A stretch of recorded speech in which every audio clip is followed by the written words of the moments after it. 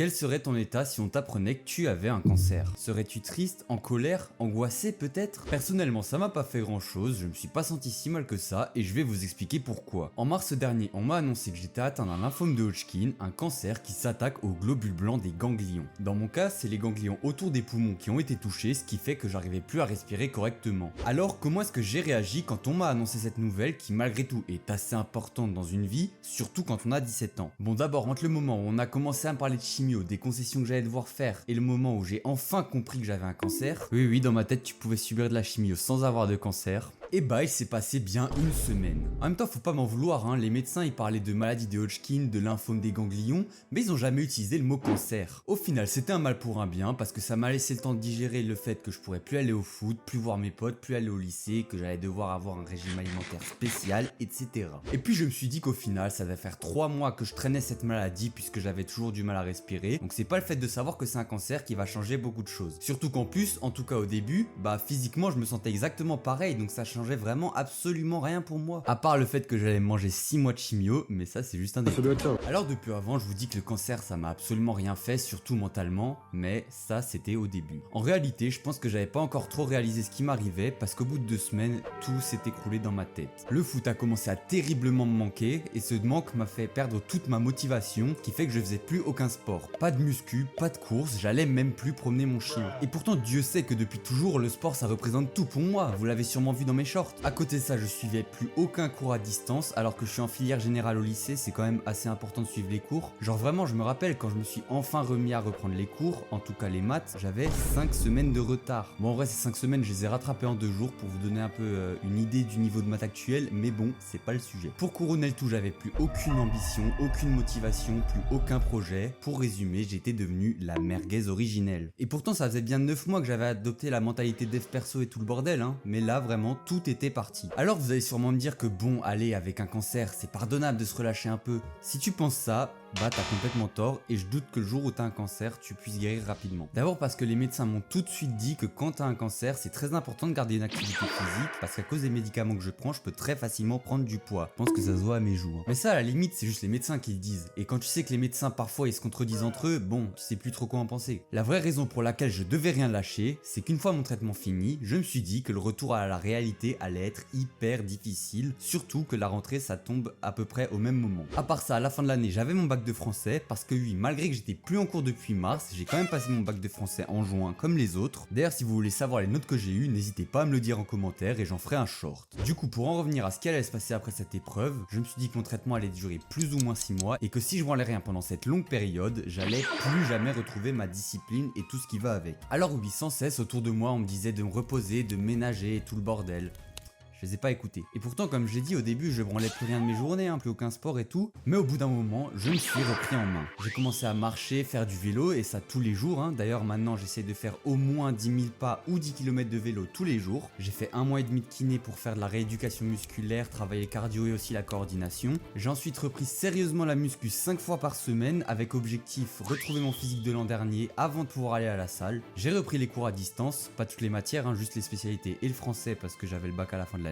Et encore pas mal d'autres trucs, mais ça j'en parlerai dans une autre vidéo, donc pense bien à t'abonner. Mais du coup, pourquoi est-ce que je vous raconte tout ça? C'est vrai ça, on s'en branle de la vie d'un jeune de 17 ans qui a un cancer en vrai. Si je vous parle de mon combat, c'est parce que ce genre de situation où il t'arrive un drama dans ta vie et où t'as plus envie de rien faire, ça arrive pas qu'à ceux qui ont le cancer. J'ai même envie de dire que ça arrive au moins une fois à tout le monde dans sa vie. Le problème, c'est que bien souvent, la personne va pas trouver la force pour se relever. Et je sais que de ce côté-là, j'ai beaucoup de chance d'avoir cette capacité à vite me relever et à garder le mental. Et encore, ça m'arrive même à moi d'avoir des moments faibles. Et c'est totalement normal. Je pense notamment à ma dernière chimio où juste avant, je me rappelle un soir, j'étais vraiment pas bien. Je me vois encore en train de me regarder dans le miroir et je sais pas, d'un coup, j'étais en pleurs et j'ai commencé à rire. Un peu comme le Joker en fait. Enfin bref, à ce moment-là, j'étais vraiment mal et ça date d'il y a seulement 2 semaines, hein, pas plus. Et pourtant, je suis là en train de vous parler.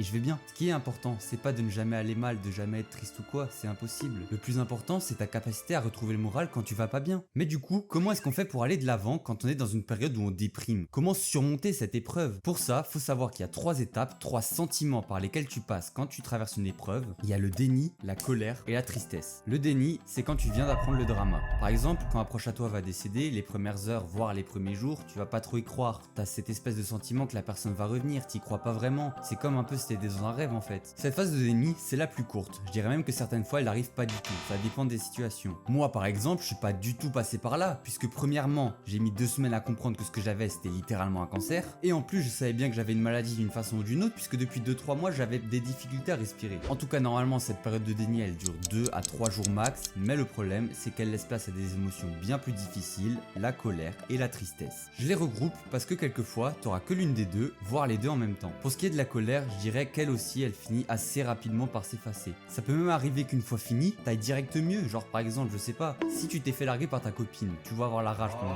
2-3 jours, tu vas aller à la salle, etc. Et derrière, bah tu l'auras presque déjà oublié. Pour ce qui est de la tristesse, qui arrive donc soit après le déni, soit la colère, ou même tout de suite, ça peut arriver.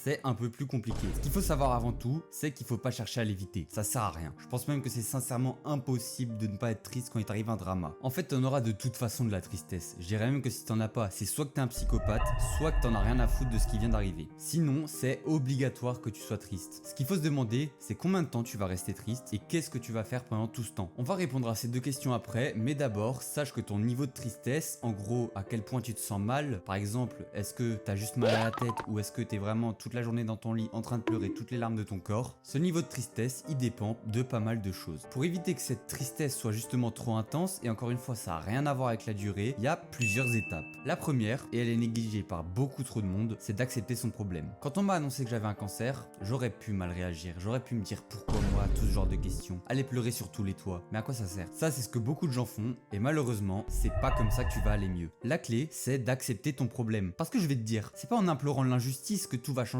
que tu vas revenir en arrière. Si ta grand-mère est morte, tu es pour rien et tu pourras rien y changer. Tu t'es fait larguer, là tu es peut-être pour quelque chose, mais tu pourras pas non plus y changer grand chose. En tout cas, c'est une mauvaise idée. T'as attrapé un cancer, bah c'est comme ça, qu'est-ce que tu veux que je te dise? Tu vas faire de la chimio et tu vas guérir. Alors c'est bien beau ce que je vous le dis là, mais concrètement, comment est-ce qu'on fait pour arriver à cette façon de penser? En fait, c'est très simple et à la fois très compliqué. Ce qu'il faut que tu fasses, c'est que tu essayes de toujours voir un point positif. Par exemple, je sais pas moi, si tu surmontes un deuil justement, dis-toi que peut-être que la personne qui est morte, eh ben elle est mieux là où elle est maintenant, que ça l'a empêché de souffrir trop longtemps. Si tu t'es fait larguer, c'est que la meuf t'aimait plus, et si t'étais resté avec elle, ça serait devenu une relation toxique et ça aurait été encore pire, encore plus dur. Alors je sais que cette remise en question elle est assez difficile, que ça demande un gros travail sur soi, mais malheureusement t'as pas le choix. Et je pense que si même moi j'ai réussi à accepter le fait que j'avais un cancer, et pourtant je pense qu'il y a peu d'avantages à ça, tu peux largement te remettre d'une rupture amoureuse. Et en plus le mieux c'est qu'une fois que t'auras passé ce cap d'acceptation, bah t'auras fait le plus dur. Parce qu'une fois que t'auras passé ce cap de l'acceptation, ça sera beaucoup plus facile de prendre du recul, c'est-à-dire de te détacher entre guillemets de cet événement. Peut-être même que la tristesse aura déjà disparu, mais c'est assez rare quand même. Parce qu'encore une fois, je le répète, la tristesse c'est obligatoire d'en avoir. Et la seule chose qui peut la faire disparaître, et bah c'est le temps. Peu importe ce que tu feras, il y a que le temps vraiment qui fera que la tristesse va partir. Ça pourra prendre 2 mois, tout comme ça pourra prendre 2 ans, mais là n'est pas la question. Alors évidemment qu'il y a certaines choses que tu peux faire pour plus ou moins raccourcir cette durée, ou en tout cas moins ressentir la tristesse à certains moments. Par exemple, essaye au maximum de bien t'entourer, que ça soit avec des membres de ta famille, de tes amis, peu importe tant que ce sont des gens en qui tu as confiance et avec qui tu t'entends bien. Parce que je peux t'assurer que si tu veux rester seul face à une épreuve dans ta vie, ça va être ultra compliqué de la surmonter. Tout ce que ça va faire la solitude, c'est que tu te remémores en boucle l'événement et ça partira jamais. De mon côté, évidemment, ma famille m'a énormément aidé. J'ai reçu énormément d'aide de mon meilleur pote, que ça soit pour les cours ou pour me faire presque oublier que j'étais malade. Et je peux vous dire que ça fait vraiment du bien quand on te rappelle sans cesse au quotidien que t'as un cancer. Mais en plus de ça, mon cancer justement, je l'ai pas traversé tout seul.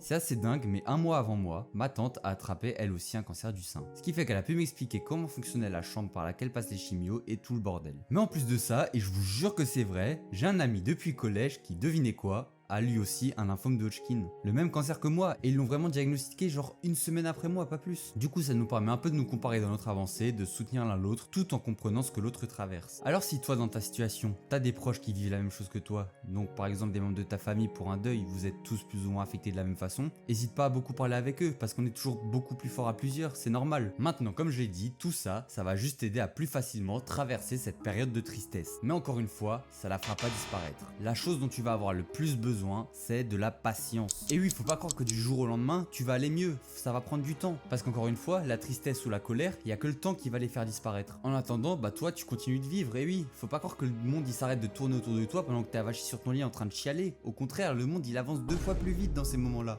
Du coup, pour faire simple, t'as 2 choix pour passer tout ce temps. Tu peux décider d'écouter toute la journée des musiques dépressives, manger un repas sur 2 et en plus bouffer de la merde, geeker tout seul dans ta chambre pendant des heures et sans jamais parler à tes amis, de faire la merguez en fait comme moi je l'avais fait au début. Parce que quoi que tu fasses, au final, la tristesse elle partira, puisqu'il y a que le temps qui l'a fait disparaître. Ce qui va beaucoup changer, c'est qu'est-ce que toi tu seras devenu une fois que la tristesse sera partie. Parce que c'est sûr que manger des cheat meals, écouter de la musique triste et tous ces trucs de merde, ça peut aider sur le moment. Et encore, je suis pas forcément de ta vie, hein. Mais à quoi ça sert de sortir d'une période de déprime si derrière t'es devenu cette personne obèse, en mauvaise santé, qui parle plus à personne, qui a plus aucune ambition? T'auras surmonté tout ça pour rien. Pire, tu risques de retomber dans la déprime, voire la dépression. Si tu veux éviter tout ça, tu peux choisir la deuxième option, la pilule rouge si tu préfères. Parce que si pendant cette période de tristesse, tu vas à la salle au lieu de jouer à Valo, même si c'est juste pour évacuer ta rage, si tu continues à voir du monde et à passer des moments agréables avec eux, que tu prends le temps de te cuisiner des bons repas, genre un bon riz poulet curry, au lieu de bouffer du McDo, que tu sors dehors pour observer la nature, et bah quand tout ça sera fini, tu seras fier de toi. Tu pourras dire waouh, ça fait 6 mois que je déprime, mais putain, tout ce que j'ai accompli pendant ces 6 mois, c'est un truc de fou. T'auras des pecs grâce aux pompes que tu faisais le soir en train de pleurer, t'auras des abdos bien tracés parce que t'as pas mangé de Nutella à la petite cuillère, t'auras peut-être fait de nouvelles rencontres ou redécouvert certaines personnes de ton entourage, t'auras peut-être même trouvé de nouveaux centres d'intérêt, comme moi par exemple avec le régime que je suis obligé de suivre, j'apprécie de plus en plus cuisiner, ce qui fait qu'aujourd'hui, bah mon rêve c'est peut-être d'ouvrir des restaurants ou une marque alimentaire plus tard. Encore une fois, la tristesse, elle prendra autant de temps à partir que si t'avais rien branlé pendant 6 mois. Par contre, t'auras sûrement passé bien plus de bons moments qui sur le coup t'auront fait un peu oublier cette tristesse, et surtout, quand ce sera fini, tu seras ressorti bien meilleur. En fait, faut que tu vois cette tristesse comme une sorte d'énergie, et que cette énergie, tu peux la défoncer de plusieurs façons. Soit en bouffant de la merde, en fumant, en jouant aux jeux vidéo, soit en faisant quelques pompes et en continuant à t'améliorer. Personnellement, je vais pas tout vous raconter de ce que j'ai accompli pendant cette période, parce que j'en parlerai encore une fois dans une autre vidéo, donc pense bien à t'abonner et à abonner la cloche pour pas la rater. Mais pour annoncer la couleur, je pense qu'aujourd'hui, je peux presque dire que je suis content d'avoir eu ce cancer. Enfin bref, la prochaine fois qu'il t'arrive un truc chiant dans ta vie qui te rend triste ou qui t'énerve, la prochaine fois que tu te sens déprimé, au lieu d'aller sur Spotify et d'enchaîner les playlists sadness, prends une douche froide, va faire quelques pompes et tu verras qu'il ira déjà mieux. En tout cas, si la vidéo t'a plu et surtout si elle t'a aidé même juste un petit peu, n'hésite pas à la liker et à la partager, ça me soutient énormément. Et surtout que n'oublie pas que même avec un cancer, tu peux devenir le meilleur.